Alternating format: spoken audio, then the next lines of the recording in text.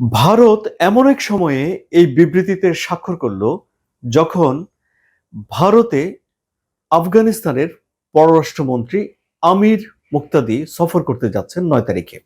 9 তারিখ থেকে 16 তারিখ পর্যন্ত তিনি ভারতে থাকবেন।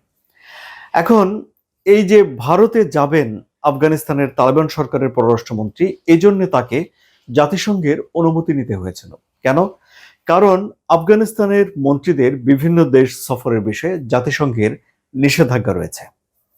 এখন তাহলে আমরা দেখতে পাচ্ছি যে আফগানিস্তানের তালেবান সরকারের ব্যাপারে আন্তর্জাতিক নিষেধাজ্ঞাও কিছু কিছু করে শিথিল হচ্ছে। ভারত সরকার এখনো পর্যন্ত তালেবান সরকারকে কোনো রকম স্বীকৃতি দেয়নি, কিন্তু আবার সফর চলছে। সফর মানে হলো তো দ্বিপাক্ষিক আলাপ আলোচনা, পারস্পরিক স্বার্থ রক্ষা করে কিছু বিনিময় বা অনেক কিছুই, সম্পর্কের উন্নয়ন, অনেক কিছুই তো হচ্ছে।